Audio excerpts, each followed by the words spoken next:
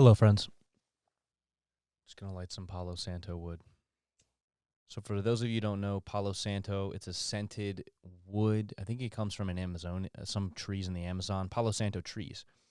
And it's a form of an incense. You burn it, and it smells really good, and it's supposed to attract good energy, if you believe in that kind of stuff, which I definitely do. It's great. I bring it with me when I travel, just to kind of just keep the vibes high. Traveling can be stressful, so I always bring crystals and Palo Santo with me. And it's funny because airport security is annoying enough as is. So if you definitely want to get stopped in the airport security, well, bring crystals with you, because 10 times out of 10, they're going to stop you and make sure you don't have, like, I guess, giant crack rocks. I think because an X-ray machine, they don't know what it is.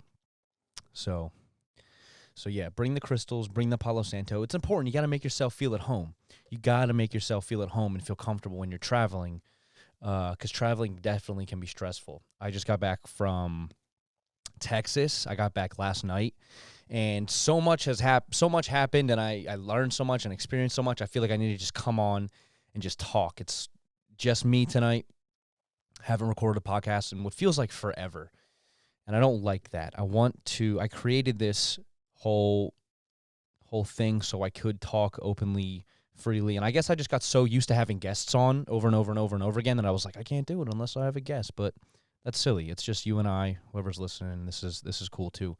So yeah, I went to Texas. The whole idea is because if you listen to one of the more recent episodes, another reason I wasn't recording was because for the past 3 months, every day during the week, we had 3 gentlemen, Bob, and Bob, here every day, 8 a.m. to 4 p.m.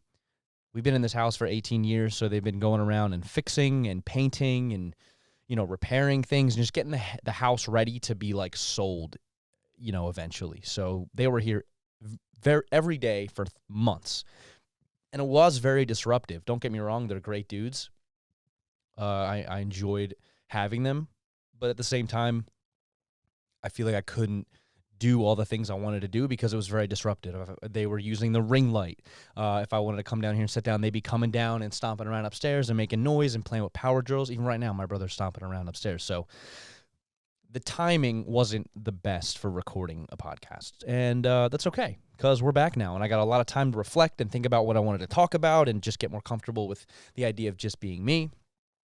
So it's all good. So the Bobs are here. They're fixing up the house. My family isn't sure where they're going to go or end up. I'm most likely headed down south, but that's for another conversation. So one of the points of us going to Texas was my dad wanted to go and see what Texas was all about. We went to Austin. He wanted to see what it was all about. I have an uncle who's going to move out in Plano, Texas, outside of Dallas. So my dad just wanted to go and see what Texas is all about, and I decided to come with him. Free trip. That's a no-brainer. And then plus my brother had an event in Austin. He lives in Colorado, so we're going to go and meet up and hang out. It's going to be this great time. However, here, wait. However, my brother and his girlfriend, not the greatest relationship, pretty toxic on paper. So that definitely influenced the trip, but it's okay because, I feel like I got to light more with this Palo Santo. Point of the whole trip, and the realization that I had was, like, we didn't go to Texas for my dad to look at houses. We went to Texas to help my brother and to help him, step back into his power and to really stand up for himself and to make the change he needed to make. And so for that, I'm really grateful that I was able to be there for him. And it's just crazy, that people can get involved in these toxic relationships and they feel stuck. And that is what was going on. So if you're listening, Matt, sorry, but, it's important for people to learn from this. I definitely learned a lot. I've been single most of the time that I've been on this planet, and that's okay. So I'm not really a super big authority on relationships, but I just know a toxic one when I see one, and it was hard being around it, but it was important for us to be there for him. And if you know somebody or you are somebody in a toxic relationship, And not even like a romantic boyfriend, girlfriend, just like any kind of relationship that's toxic, whether it be a spouse, a sibling, a family member, a boss, a manager, like coworker, friends. Like, it's so important for you to break away from those kind of relationships. As hard as it really is so simple when you come down to it and you're like, nothing is worth more than my own happiness and my own peace of mind and my own mental well-being. So if anything's costing you any of that, it's way too expensive. And I've always said that. And I feel pretty confident at this stage of my life where I'm able to just cut that shit off like right away. And there's a lot of power that comes with that. So if you're out there and you do struggle with any kind of, and let's face it, we all deal with toxic relationships from one point or another, whether it's a spouse, a family member, a friend, a coworker, a boss. And it's just so important to address it and not just let it slip through the cracks and tuck it under the rug and sweep it away and say, oh, it'll get better, it'll fix it. Like, because you're not getting anywhere. You're not moving forward. You're just kind of stuck in this energetic mindset, in this energetic space, and you're not growing. You're not moving forward. And that's what fucking Onward is all about, man. So that's why we're here talking about it, because I feel like I was around it the whole time in Texas and seeing how it was affecting my brother, and then therefore affecting me and my dad. And like, here we are trying to see my brother, and it's like being affected in this weird way. So yeah, but it's also important to know that if you are in these situations, like, you're not alone. You do have people that love you and will support you, and it's okay to talk about it. And it's important to talk about it too, because my brother would have, I think, just continued to be stuck in this if it wasn't for me, my dad, kind of being there to shake him and wake him up and be like, this is what's going on, man. You're wasting your life. And that's how you got to think about these relationships, is like, is this relationship helping me grow and move forward? And if it's not, you got to cut that shit right then and there and move on with your life, because you'll be so much happier and better off because of that decision. Obviously, it's easier said than done, but yeah, man, it's crazy. We get wrapped up in these relationships, and you just got to understand that. I think it's just a personal or a individual perspective, where it's like, me personally, I'm at a stage in my life where I look at any kind of relationship, friendship, business, anything. If it's not helping me grow and move forward, I'm out.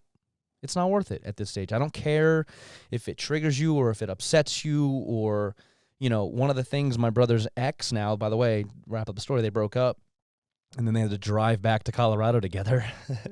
But it's okay. He that was his own. He had to go through that. But where was I going? That's the thing about doing these podcasts by yourself, is there's no one to like bounce shit off of. But that's okay, because every single podcast I feel like I get better and better and better. But I don't know, I guess the point of all of this is just that is literally the worst thing ever, when you lose your train of thought. Oh yeah, sorry. You can't, I think the point of it is, so many times I think we get stuck in these situations because we're worried about what other people are going to think or say or feel. Well, I'm here to tell you that none of that matters. You cannot, this moment, if you're listening here with me, today, moving forward, do not make any decisions or feel that you have to stick around or do anything because it might make somebody XYZ fill in the blank. That's so crazy. It's just a waste. It's a waste of your energy. It's a waste of your life. It's a waste of your time. It's a waste of your energy. It's the most important thing that we have, is our ability, not only our time, but our energy and our ability to focus on things and do things. And if you have someone who's taking up space in your consciousness and not really helping you move forward, well, then you're just wasting your life, man. So that's what my brother recognized. And then through that came this huge, like upgrade, if you will. So yeah, it's so important in this new earth, in this new vibration that we're all living in. If you're watching this, I'm assuming you're on the same wavelength, so appreciate you being here. But we can't continue to let other people, the fear of other people, the fear of failure, fear of rejection, fear of being judged, we can't continue to let that dictate the decisions we do or do not make. one of the reasons my brother stuck around so long is because he didn't want to hurt the other person, or he didn't want to let down the other people that person introduced him to. And it's just, I can't be doing that, because you're just sacrificing your own life, your own energy, your own time. And that's a form of death. You're not growing, you're dying. So, yeah, guys, if you want to learn, if there's anything to be taken away from this 10-minute relationship rant, it's that just nobody is worth any of your time or energy if it's just going to, be hurting you in the long run. Doesn't fucking matter what anybody thinks or says. It's just what's most important to you. And that should be love, respect, growth, companionship, teamwork, all that stuff. Like, that's what relationships are, whether it's a friendship, a business relationship, a romantic relationship. It's like, if it's not helping you grow and it's not helping you move the needle forward, then like, you have no business even being involved in that. And it's that simple, yet it's that hard, because especially people you've known for so long, it's hard. But I get it. It's part of the spiritual path, and that's another thing I learned too is, if you're on the spiritual journey like I am, it's not all butterflies and rainbows. It's hard at times. It's hard at times, and it forces you. Well, it doesn't force you. It brings up, that they call the shadow, your shadow self. Things about yourself, habits, mistakes, insecurities, fears, those come up, but during this, this process, but they come up so you can learn from them and see them from a higher perspective and work through them and actually heal those parts of yourself that, would hold you back. And that's the spiritual journey. It's the best adventure ever, but there definitely are, they call them dark night of the soul, where you're kind of down in the dumps for a little bit, working through, these negative aspects of yourself. And through that, you find yourself. You become more of who you are. And not a lot of people want to acknowledge that. So because of that, there's a lot of fake spirituality out there. And that's the most toxic shit ever. And that's unfortunately what my brother's partner was involved in. And if you're listening to this, sorry. It's my opinion. People want to always pretend it's all butterflies and rainbows. It's all good no matter what. Everything is love and light. But then behind closed doors, you're very toxic and you treat people, wrong. And that's not what the spiritual journey is. The spiritual journey is it's okay to be vulnerable. It's okay to be upset. It's okay to get triggered at things, and it's okay to talk about those things. You don't have to always be hiding and pretending everything's all gravy, because it's not. So that's what was really valuable for me to see, was like, oh my God, this is like fake spirituality. And it's sad, because you have clients and people are paying you for the spiritual advice, but like, you're not actually integrating completely. And that's wrong in my eyes. So for me, it was like, reinforcing that I need to practice what I preach, right? If I'm going to sit here on this podcast and talk about the benefits of meditation or Palo Santo or all this stuff, speaking your truth, well, then I have to embody that completely, and I have to practice that completely. So it was just really valuable for me to see that dynamic and that relationship and, these things. And at the end of the day, like, there's no judgment. Like, it's all love, no matter what. Like, it's all love. I love you. I don't hold any hate in my heart. But, it doesn't mean that I want you around in my life because you're going to affect me in a negative way. So it's almost like creating that healthy, respectful boundary. So I appreciate the weekend I had and seeing the relationship my brother had with his spouse and learning from them and seeing what I do not want to become. And in that regard, it was very valuable. And again, like, I'm not throwing any shade or throwing any hate. I'm just speaking how it is. I'm at a stage in my life where I feel like I have to speak my truth, no matter who it offends or who it upsets or who it resonates with. I have to speak my truth. And it feels really good that I am able to do that now at this stage in my life. Let me sip this kombucha.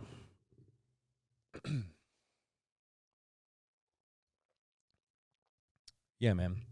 I appreciate you guys listening. I forget maybe episode 18, whatever this is, and it's only been a few short episodes, but I've learned so much and come so far, I feel like, on my own journey, my own growth, being able to have these conversations and just kind of speak what's on my mind and not hold anything back, and just, it resonates. That's what you'll realize too on the spiritual path is like you might know something or learn something that excites you and that you integrate in your own life and it improves your own life. And then we want to, I don't know if it's a human nature thing, but we learn something and we're like, oh, you got to do this to other people who aren't doing it. You got to meditate. You got to burn sage. You got to start drinking kombucha. You got to start exercising. You got to do this. You got to do that. Like we want to give that to other people because it's helped us. So we want to help you. And what I've learned is that not everybody is going to resonate with whatever you're trying to tell them. And that's okay, because that just means that they're not vibrating on the same frequency as you. And, like, there's nothing wrong with that. But never underestimate the power of planting a seed, because I've definitely had the pleasure of serving others and being someone who has been able to plant seeds of ideas in people's minds and then watching them start to grow. And it's really beautiful to see. So, with this podcast, again, I'm going to say what resonates and what's in my heart, and it'll resonate, it'll resonate with the people who are on that same vibration. So if you're here listening, I see you. I appreciate you listening or watching. And you're meant to hear it, and it resonates, and that's great. And then other people will come across it doesn't resonate, and like that's also great because you're just not you're not on that same level of consciousness, and it's not like a hierarchical ego thing. It's just it's what it is, What's the quote? Lions never expect a sheep to understand the language of a lion. I don't know if that's the thing. I'm probably butchering it, but even right there, like that's like that sounds like a hierarchical ego thing, but. It's not, man. We speak different languages. We're on different stages of our journey. We're in different chapters, different levels of consciousness, and that's all good, man. But again, never underestimate the power of planting that seed because you never know what that plant can turn into. And that's a beautiful thing. It really is. What else happened in Texas? My dad and I had the privilege of renting a Camaro, right?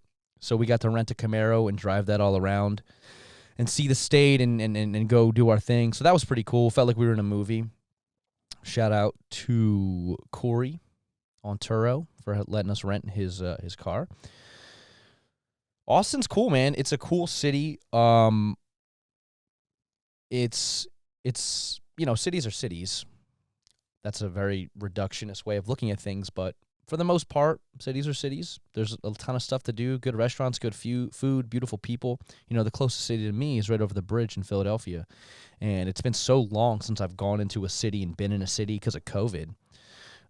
So it was just nice being in a city around people, live music. My dad and I went to this place called Whiskey Tango Foxtrot, and they had live comedy and live music, and that was awesome. Because I feel like for me, it's been so long since I've been around people like that. And we don't realize how good that is. We're social creatures. And we that's one of the sad things about COVID is that, like, they've pushed us inside and they're like, you can't be around each other. You got to distance. Like, you can't. And for social creatures, like humans, that's not the best. Like, we need to interact and be around other people and have these conversations and be able to, have a good time and share memories and create memories and meet new people and have conversations. And that's so important, for your own growth. And it's been crazy that for the past year, it's already been a year, we've been really restricted in that. And, I went to Tulum, Mexico, after Christmas into the new year. And just like, being in Texas, it was just being in Mexico, you're being around, you would have never known COVID was a thing there. And that's the thing too. Like, I went to Mexico and you're around all these people and it's beautiful, the most beautiful people I've ever seen, men and women, house music, good vibes. You're in the jungle. Like, that was so important because it was so long since I've experienced anything like that in terms of being around people and interacting and sharing these moments, and that was so important. And like, we didn't get sick. We're good. I also think it's an immune system thing. I do a good job at keeping my immune system strong, exercising, taking my vitamins, getting my sunlight, and doing my best to stay stress-free. Because that's another thing, too, is that your mental health is so important. And when your mental health is really not doing so hot and you're really stressed out, well, that's not good for your immune system either. And then it's more likely that you can get sick. Now, again, obviously, I'm not a doctor, I'm not a scientist, but this is just what I've learned over the years. It's like your mental health is just as important as your physical. Because if you're walking around, you exercise, you eat clean, but you're incredibly stressed and you hate your job and you're in a toxic relationship and you're not super psyched about whatever, you're going to get sick. Think about it like this. Call it the law of attraction, call it whatever you want, but like what happens is you go to the doctor. The doctor says, you have cancer. You have 6 months to live. Now you start walking around with this belief that I am sick, I am dying, and you keep reaffirming that to your subconscious mind. Well, then your subconscious mind doesn't know the difference between a thought and a reality. So now you're reprogramming your mind to say, I'm sick, I'm dying, I'm sick, I'm dying. Well, then, of course, what do you think's going to happen? Right? You're most likely going to die because that's what you keep telling yourself, and you're reprogramming your subconscious to believe that. So you're going to die probably, right? So that's what the unfortunate thing, that's the thing about COVID is like, you know, in the beginning, and I've been aware of this for so long, is like your thoughts create your reality. So I'm always going, you're never going to catch me complaining about shit or reaffirming, oh, this is so bad or this or that, or oh, yeah, I'm sick, or because I know my thoughts create my reality. So I'm only going to choose to think and speak the highest vibrational thoughts and words.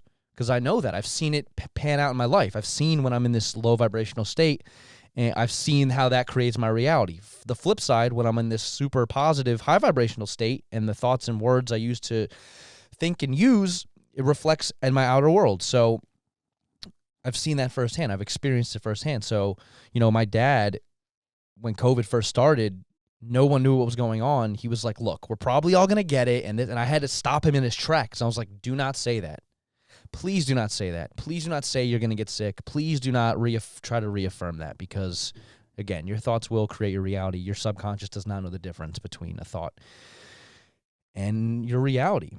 And a lot of people don't realize that. And if you're watching this or listening, hopefully now you realize that. It's like your thoughts create your reality. And check out Dr. Joe Dispenza. He's a great person. He's a national treasure, and it's amazing because Dr. Joe is, if you're not familiar, basically Dr. Joe Dispenza, he's a neuroscientist, I think, and he works with the brain. I don't know if it's specifically a neuroscientist, but he does work with the brain. And I believe in the 1980s, 80s or 90s, Joe was riding his bike during some kind of bike race, and he got hit from behind by a mass, like an SUV. It threw him off his bike, and he shattered his back, completely fucked his back up. And the doctors were like, hey, just like I was saying when you have cancer, hey, your back is fucked. You will never walk again. And Joe, already studying the brain and knowing that your thoughts create your reality, refused to accept that reality that the doctors tried to place on him. That's another thing, too. When people try to tell you how you are. Why are you so miserable? Why are you upset? And then you start to think, well, am I miserable? People, be careful, because people will try to tell you, people will try to project a false reality onto you, and if you're not careful, you can start believing it, and then all of a sudden, that's your reality, and that is terrifying for people who are unaware of that. So, again, Dr. Joe gets thrown off his bike, breaks his back, and they tell him, sir, you're never going to walk again, so you might as well, just get the surgery, and you'll be in a wheelchair. And Joe was like, no, I'm not accepting that reality. That is not my reality. And he proceeded with the power of his own mind and visualization and manifestation, or creative visualization, meditation. He was able to rebuild his back, and he was up and walking, I think, in like 12 weeks or something. So because of that, now he dedicates his entire life to like understanding the connection between like mind and body and your thoughts and the energy they give off. But he's so gifted in the way he communicates, where it doesn't come off as like hippy dippy spiritual voodoo. Like he literally will just, and he's a genius. He's so good at it, where instead of saying the word chakra, he'll say energy system. Like as soon as you start saying chakras, you're losing people. Or as soon as you start saying, any of those, woo-woo words or ideas, people start dropping off. So he's done such a good job at like reverse engineering how he wants to basically say all the same stuff, but in like a way where it's actually backed by science. And it's amazing work that he's doing. So I don't know how I started talking about Joe. Oh, it just the whole idea of your thoughts create your reality. And he's a perfect example of someone to go and learn more about on that topic. Because again, I don't know all the answers. I'm a moron, and I'm just repeating things that I've heard and learned over the years to try to provide value to all you guys. So there's a lot of resources out there. I have his book, Becoming Supernatural. That's next on my list to read. So yeah, I mean, it really just comes down to doing your own research and also trying to integrate it and put it into your own practice. You know, Dr. Joe has really helped me understand meditation in a different way. Meditation on the spiritual path has been one of the things I've struggled the most with in terms of like fully integrating and making it a part of every day in my life. I've never been tested or diagnosed, but I probably have some form of ADD, ADHD. My brain is moving all over the place, a million miles a minute. I have all these ideas and things I'm jumping to constantly, projects, ideas. It's crazy. My brain is always on. Someone told me once that your brain is twice as talented as your hands, and as an artist, as a creator, as a designer. I took that, I appreciated him saying that, because I'm like, finally, like someone can tell me that in a way that resonates, where I don't feel like I'm crazy. So, and I'm also glad my parents never prescribed me anything like, or got me tested so that I would have been prescribed things like Adderall or Vyvanse, because that's just not good, dude. You know, you're giving kids amphetamines, and it's, you know, because I have always thought I had some kind of ADD or ADHD, you know, microdosing has been very valuable to me in that, you know, because again, just, you know, mushrooms, there's a silliness to them. Here they go. I drew these. This was a thing I created on a microdose, actually, so that's cool. But even like things like mushrooms and psychedelics, there's like a level of silliness to it.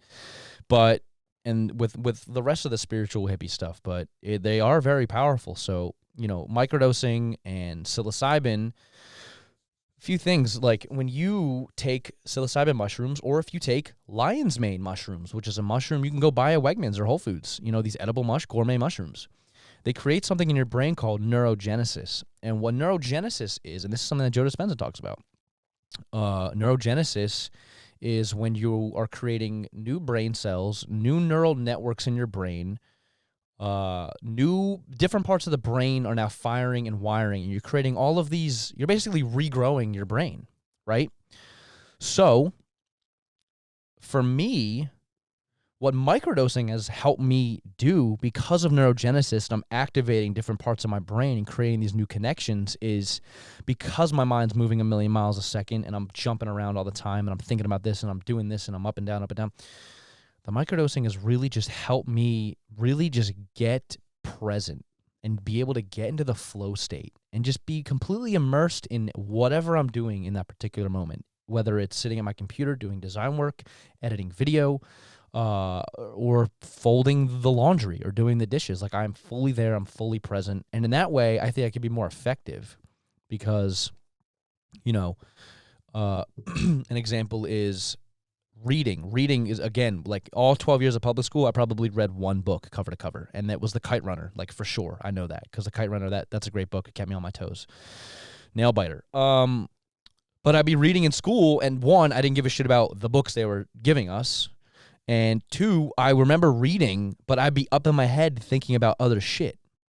So I would then have to go back and reread and not even really be fully there. And because of that, I'm not effective and I'm just wasting time. So the microdosing has really helped me just be able to get into that flow state and just be present in anything that I'm doing. And it's also helping me, you know, regrow and reprogram my brain if I'm regrowing brain cells. And this is what fascinates me too. I think we've talked about it before on the podcast, is they're using it as treatments for depression, anxiety, PTSD, addiction. Because, you know, if you break it down, because again, I'm not a doctor, I'm just speaking on what I've learned and come across. But if you break it down to the simplest form, okay, what is something like depression or something like anxiety? Is it a chemical imbalance in the brain? Is depression you're not creating enough dopamine or serotonin? Which, by the way, if you look molecularly at serotonin and psilocybin, which is the active chemical in mushrooms that, creates neurogenesis and makes you trip. If you look at serotonin and psilocybin molecularly, they're almost identical. So psilocybin will act as serotonin and will attach to your serotonin receptors. So if something like depression is just a chemical imbalance in your brain where you're not producing enough serotonin, therefore you're depressed, if you microdose, right, and you're getting the benefits of neurogenesis and your new brain cells are being grown and new brain pathways are connecting and you're regrowing your brain, neuroplasticity, well then couldn't you in theory heal your depression? If you regrow your brain, you patch up the glitch in your brain that wasn't producing serotonin. Think about that, because that blows me away. And that's another reason why I think that these compounds are, kept illegal, is like if you find all of a sudden, that's billions of dollars. If mushrooms become legal and people are microdosing to help with addiction and anxiety and depression and, being able to focus on things, well, that's like billions of dollars that the pharmaceutical industries aren't making off of things like Adderall or Vyvanse or insert medication here for whatever issue. So that's crazy to think about, So again, I'm just glad that I was never prescribed things like Adderall. And it's crazy to me too that like you can give an 8-year-old kid Adderall, which is it's amphetamines. You're giving a kid meth. Kid's 8 years old. His brain's still developing, and you're pumping him with all these unnatural chemicals, right? But it is also a crazy idea to think of like giving a young kid a microdose of mushrooms too. So it's definitely got to be regulated. We definitely got to figure that out. And that's something I definitely would love to do with Onwards someday, is like figure out how I can help people through the use of psychedelic healing. Because it's literally done so much for me in my own life. Onwards wouldn't exist. We wouldn't be sitting here right now if it wasn't for my experiences and how much they've helped me. Because the way I look at psychedelics is like they're a tool to help you reach your full potential. They're a tool to help you upgrade and reach higher states of consciousness. They're not just some drug to take and get trippy and go to a party. I think that's the absolute last place you want to be. They're a tool. They're not a drug. They're a technology. They help you reach these new states of consciousness and tap into parts of yourself that would have remained untapped if you didn't help get there with, something like psilocybin or LSD. They truly do help. And, people like Steve Jobs, come on, like he said that taking LSD was one of the most important things of his life. And if he never experienced that, we probably wouldn't have iPhones and half the technology we have today. So that's something to think about. Or, I'm blanking on his name. I do not want to do him a disservice in blanking on his name. But the gentleman who discovered the double helix, formation, double helix, it's so hard to try because of the ADHD, type and talk at the same time. The gentleman who discovered the double helix, discovered helix. I'm so sorry, you guys. Holy shit. Double helix discoverer.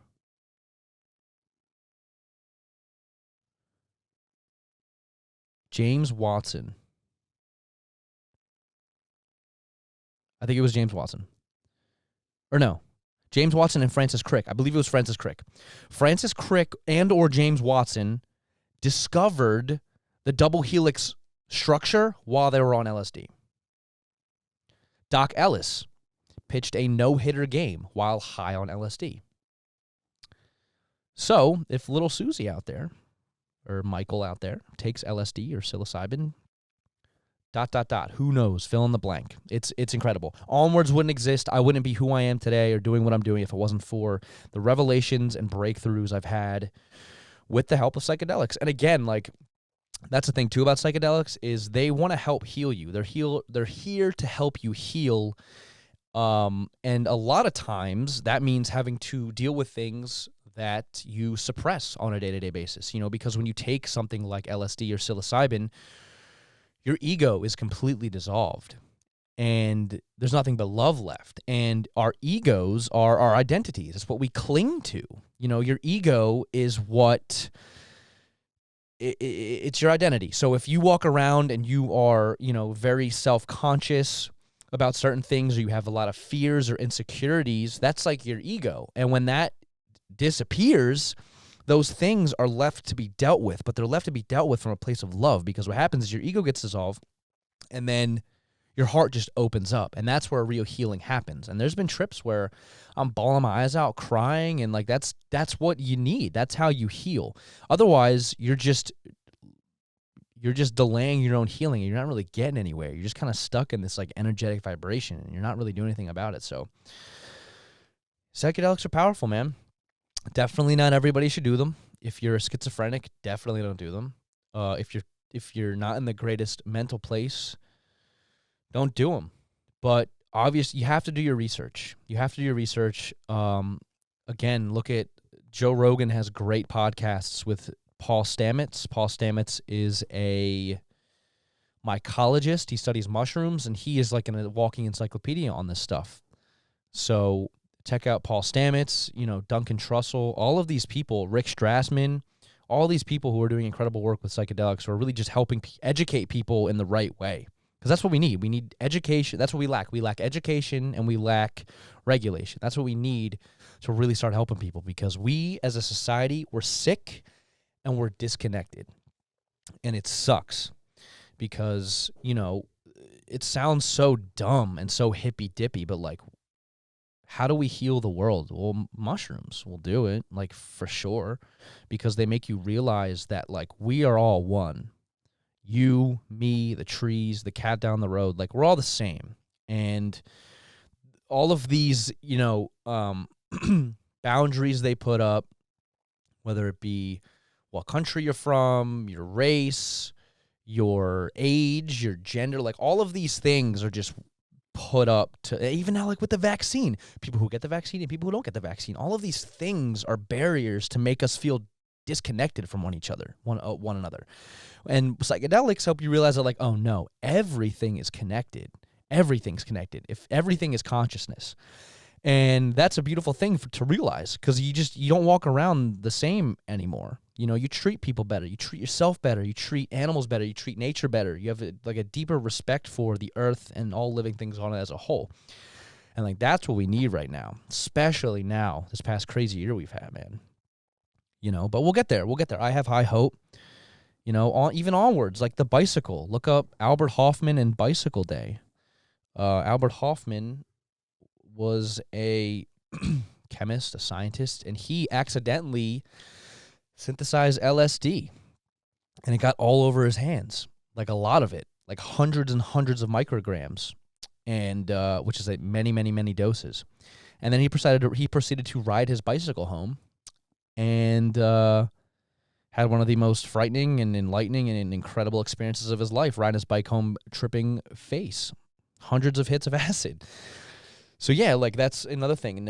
April 19th is Bicycle Day, and that day commemorates Albert Hoffman synthesizing LSD for the first time. And LSD was a huge, huge influence for me. It helped me realize, because before psychedelics, when I was in high school, I always wanted just people to like me. I was a yes man. I would shape shift and to fit your mold just so you'd like me, and that is hella annoying. Do you know what I mean? It's like, I remember having conversations with people, and we just let music, for example, oh man, Mac Miller's the best rapper ever, and then they'd say, no dude, 50 Cent's the best rapper, and I'd be like, oh, all right, yeah, okay, 50 Cent's the best rapper, and like shit like that. I wasn't my own individual. I would just kind of go with whatever anyone was saying just because I wanted you to like me. And that's no way to live your life. It's a shitty way to live your life.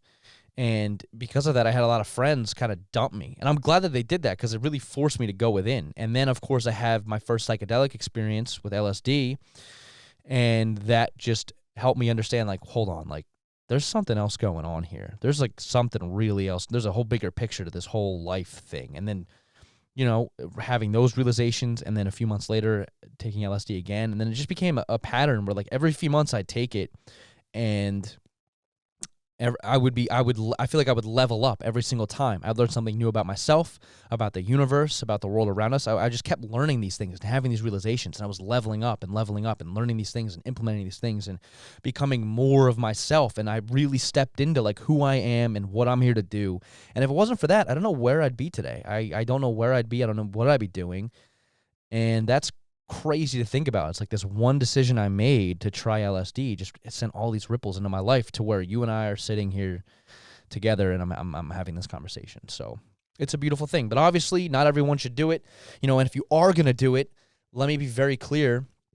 Set and setting are the most important thing for the experience. The people you're with and the environment that you're in will have a direct reflection of the experience that you have. So let me just give you some advice. If you're going to do it, make sure you do it with people who you trust, people you feel safe with, preferably someone who's already done it before so they can help guide the experience. Also, do it in a place you feel safe. I love to just do it in my own, look around like this. If you're watching this basement, the rooms I'm in, I try to create an awesome environment always where I go. So make sure you're at a good environment. Don't fucking go to a frat party. Don't go to a party with a bunch of drunk people. It's the worst place to be on psychedelics. You're over here on this higher state of consciousness, vibrating at a different frequency, and all these drunk people are like, it's not ideal. You want to probably be in nature.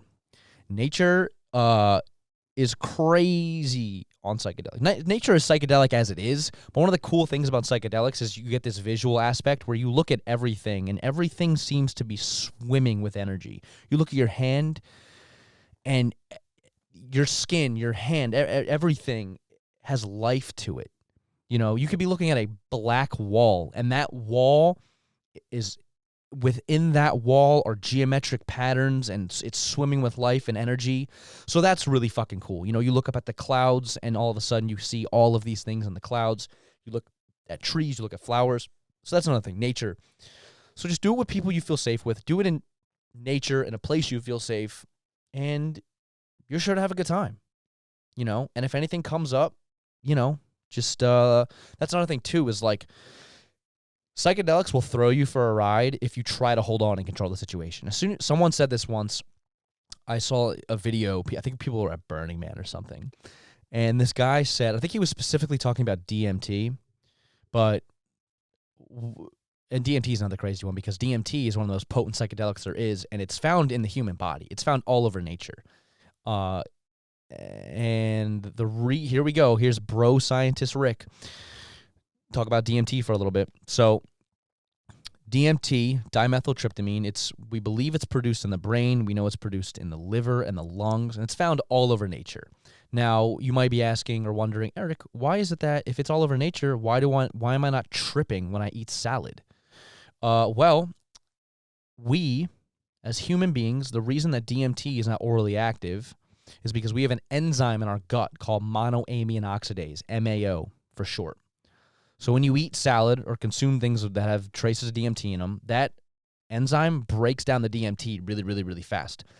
That's why when you smoke DMT, it only lasts for about 10 to 15 minutes because that MAO is breaking it down really fast. So that's why when you go to the jungle and drink ayahuasca is just basically liquid DMT. It's two plants they mix together. It's some leaves and some root, and it's the root that contains an MAO inhibitor.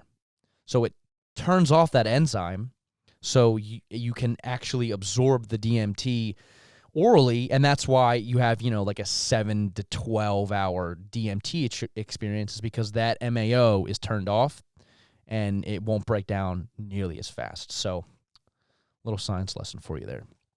Yeah, DMT is another crazy one. This Alex Gray painting right here, it's a tapestry. I have Alex Gray shirt on, and I'm sitting in an Alex Gray blanket. Love Alex Gray.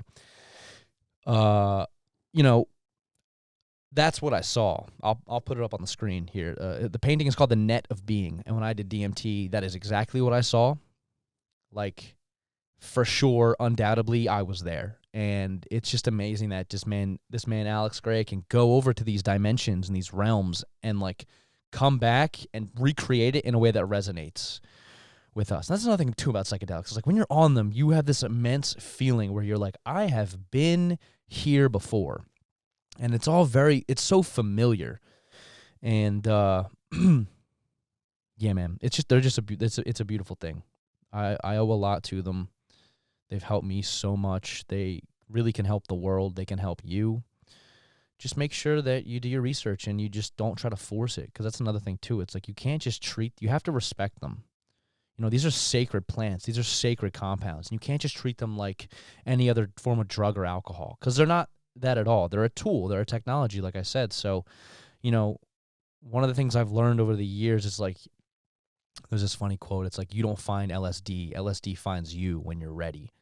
And I feel the same way about mushrooms. I feel the same way about all of these chemicals. And you could even argue that about music or really influential movies. Like, they come into your life when you need them most. I didn't learn about Tame Impala until 2018, and I feel embarrassed saying that. But I finally hopped on the Tame Impala wave in 2018. I listened to Currents, and that could not have come at a more perfect time. That is exactly what I needed at that stage of my life. That album, Currents, and that music from Tame Impala, like, really helped me get through some shit. And it couldn't have come at a perfect time. So, like, psychedelics are the same thing. It's like, they will come to you when you're ready. If you just kind of let the universe know you're interested and kind of let go and not try to force it, because that's another thing too. Anytime I've tried to force it or get some, or like try to not just let go and let it be natural, I've always been met with resistance, and that's just because I wasn't ready for it. So it'll find you when you're ready if you're serious. And, you know, but that's the thing. It's like, you do it and your life will never be the same. And I mean that in the most amazing, beautiful, empowering way ever. You know, it's like, once you unplug from the matrix, you know, you look at life a little differently. Once you wake up and you unplug, you look at life a little different. And it's amazing, man. I walk around in a constant state of amazement, because this life is good. And if we are living in some super advanced simulator video game, well, okay. You take psychedelics and you realize you are God, and that you can literally create your entire reality.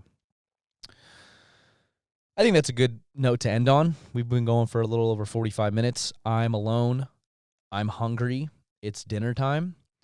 And I feel complete with this conversation. So if you're here and you're listening, I hope you learned something. I guess the moral of today's episode is, you know, you create your reality, and you hold the power. You hold all the keys. You are the keeper of the realm. You are the master of your own universe. And it's time we start realizing that and doing something about it, because that's how we make the world a better place.